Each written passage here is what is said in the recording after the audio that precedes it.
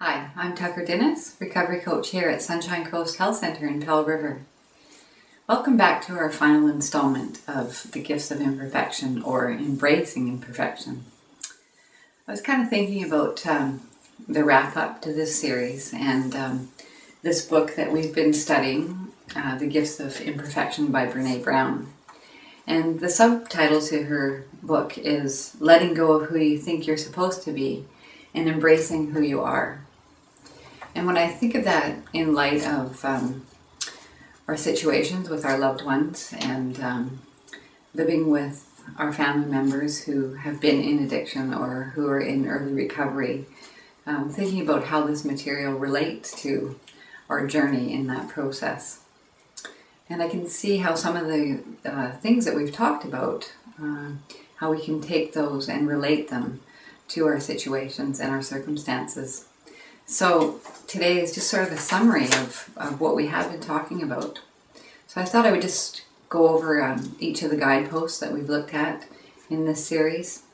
The first one we started with was when we care about what people think of us, and how if we live our lives trying to please other people or fix things constantly so that other people will think better of us, what impact does that have on our lives? And so if you have your loved one who's been in addiction or who is now in early recovery, how letting go of that, really that heaviness of, well, what are people going to think? If that is something that impacts your life, worrying about how other people might see that situation, or maybe judge your family member or yourself around that issue, how that could be really quite heavy and hard to live with at times.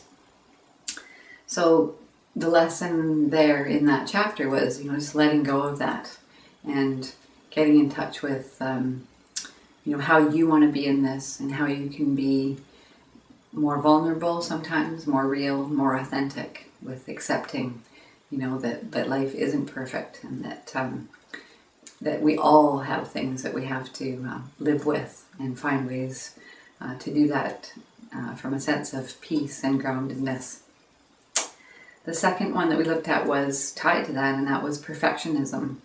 Feeling like, our lives have to be perfect, that everything we do has to be perfect. And we talked about how that also impacts our lives negatively.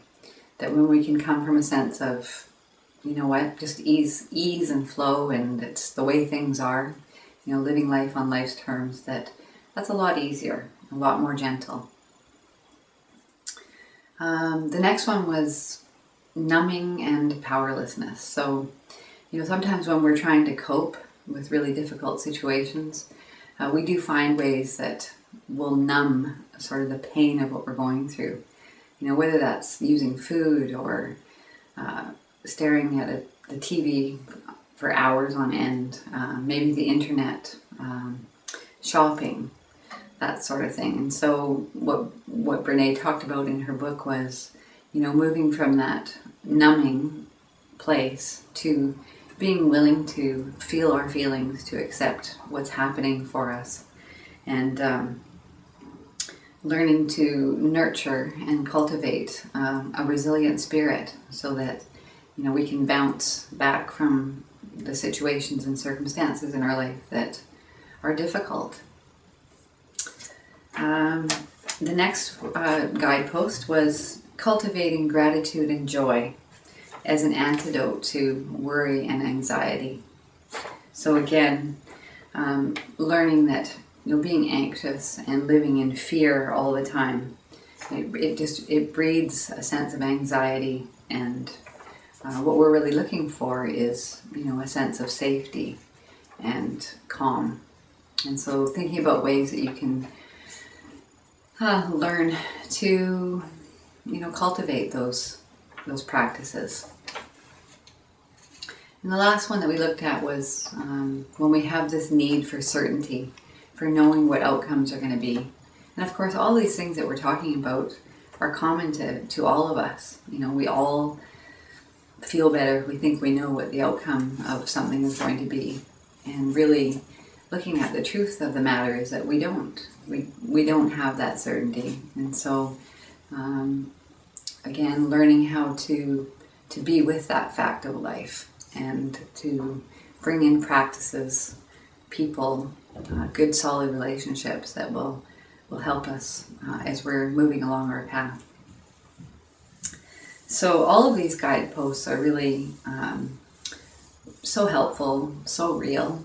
They really speak to life, and I just hope that what we've talked about here in the last number of weeks, some of this information from this book, that you found pieces that you can adopt and use to live a life that is peaceful, calm, loving, and a sense of acceptance also comes to mind. Finding ways that you can be in your family, with your loved ones, learning how to help each other in healthy ways. So thank you for joining me for this series, and we'll see you again next week.